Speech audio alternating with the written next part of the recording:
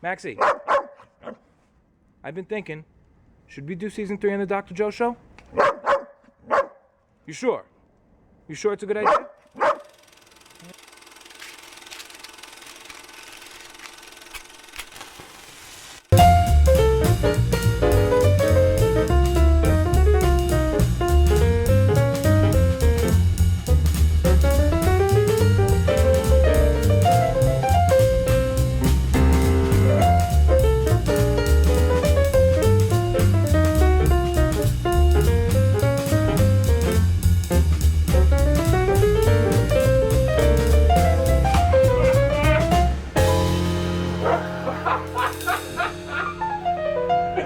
You know, that's what I'm talking about.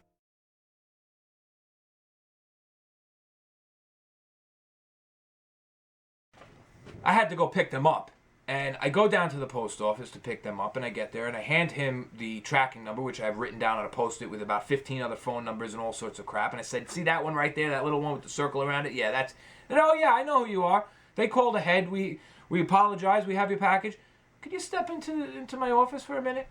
There's the manager's office, the door next to all the windows. I'm like, guys, I swear to God, I thought this was the big one. I really did. I don't know what it was.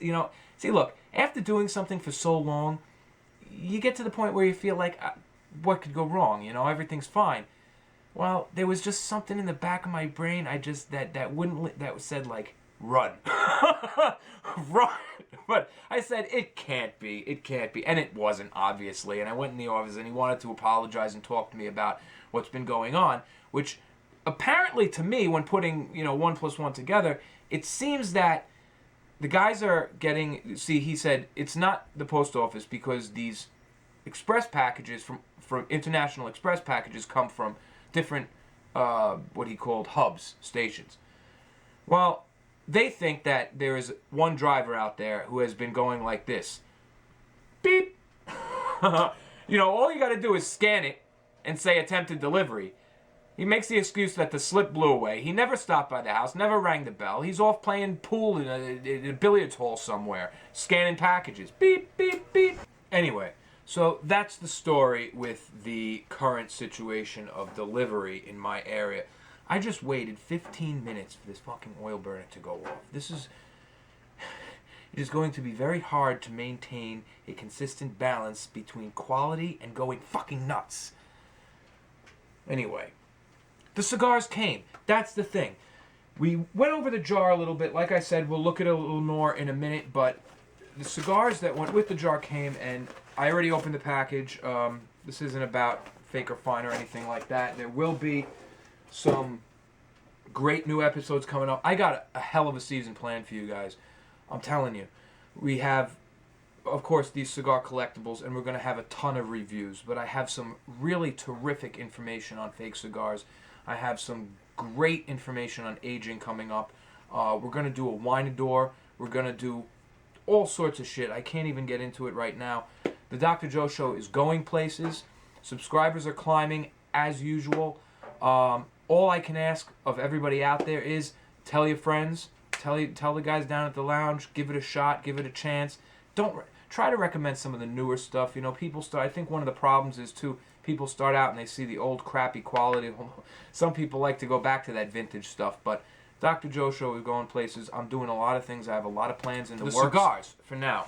So the cigars, something quite special.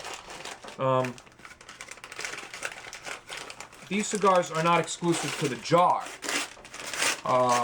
but like I said before, it was something that I could not get my hands on because, man, the collecting out there, the collecting, not smoking, collecting out there is fucking insane, okay?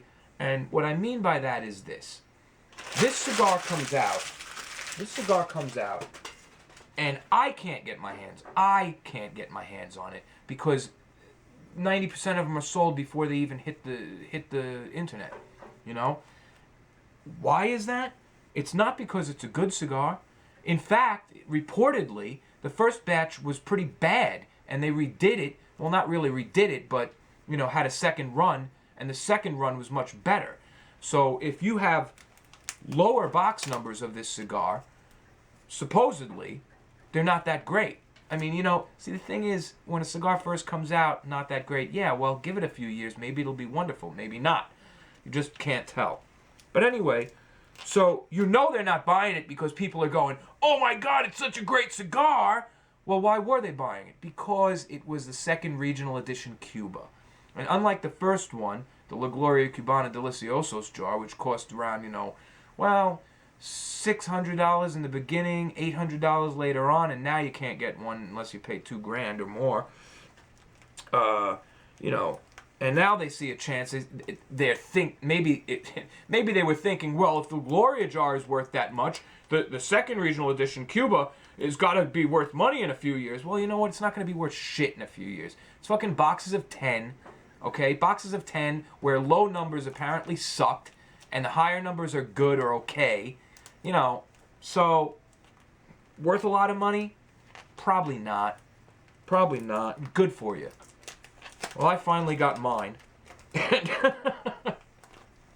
Hey, don't get mad at me, man. Don't get mad at me, because you know what? When I open these, you know what the first thing I'm going to do is?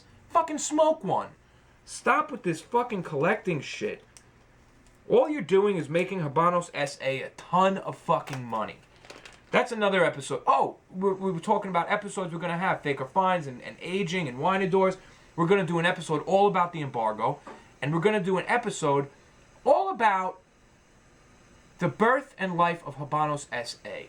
Because a lot of people, you know, who are collecting or buying or whatever you want to call it, are in the dark about what Habanos SA really is, when they were really established, and what they really stand for.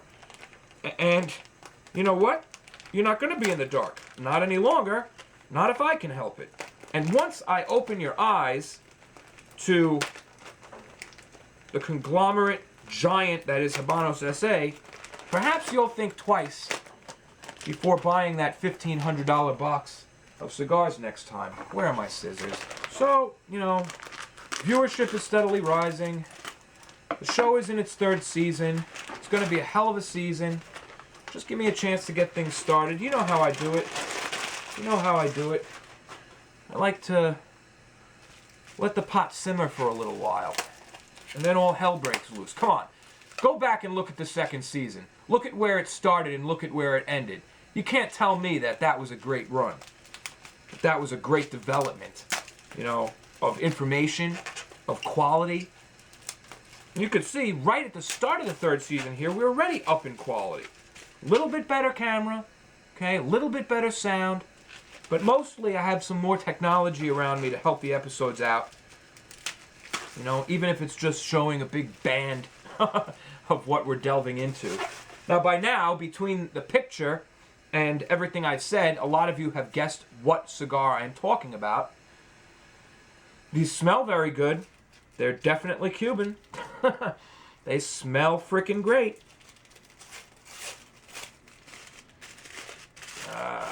Look at that. You know what? Here's what we're going to do.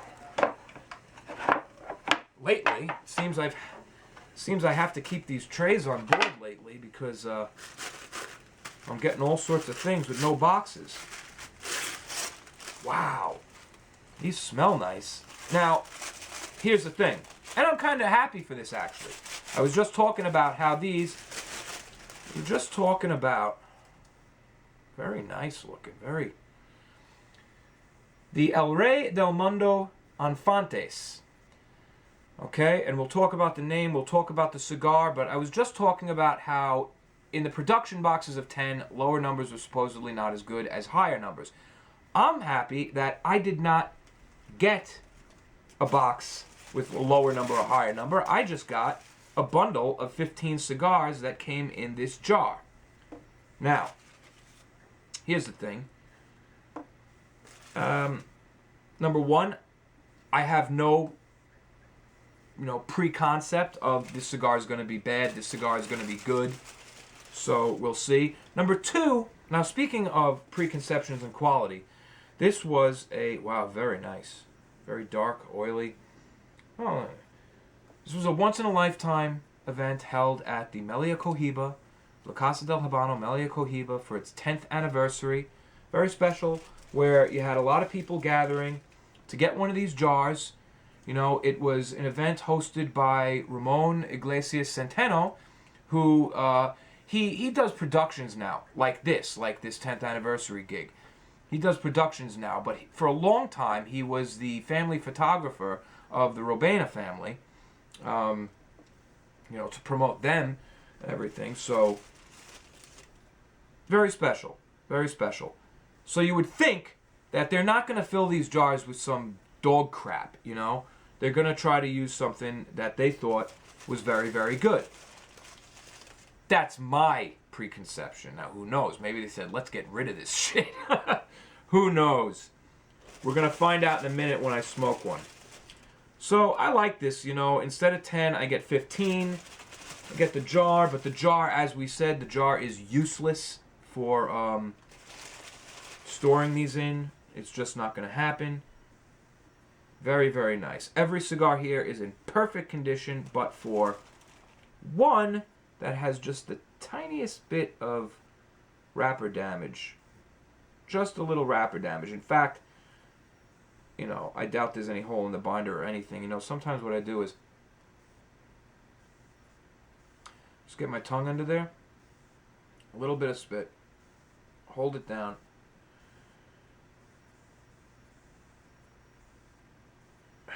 let it dry, and then I'll smoke that one. We'll see what happens. And that's it.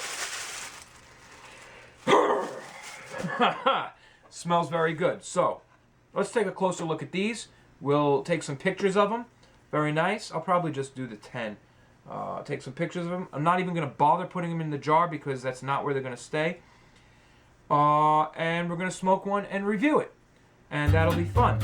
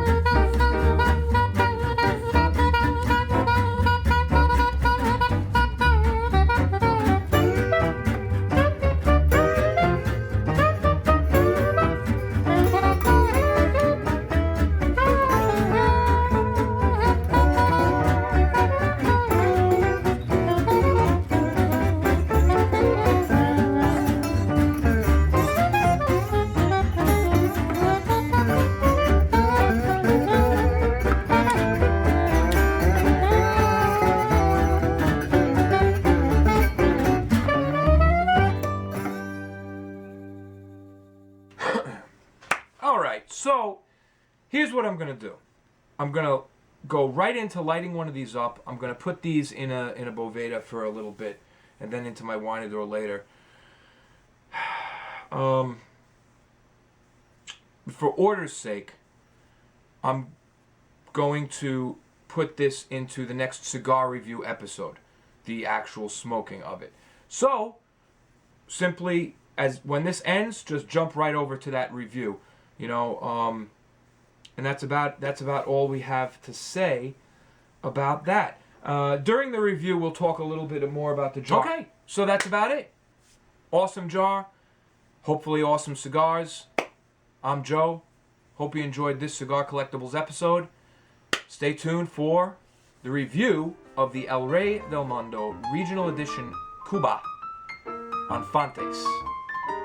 Keep on smoking.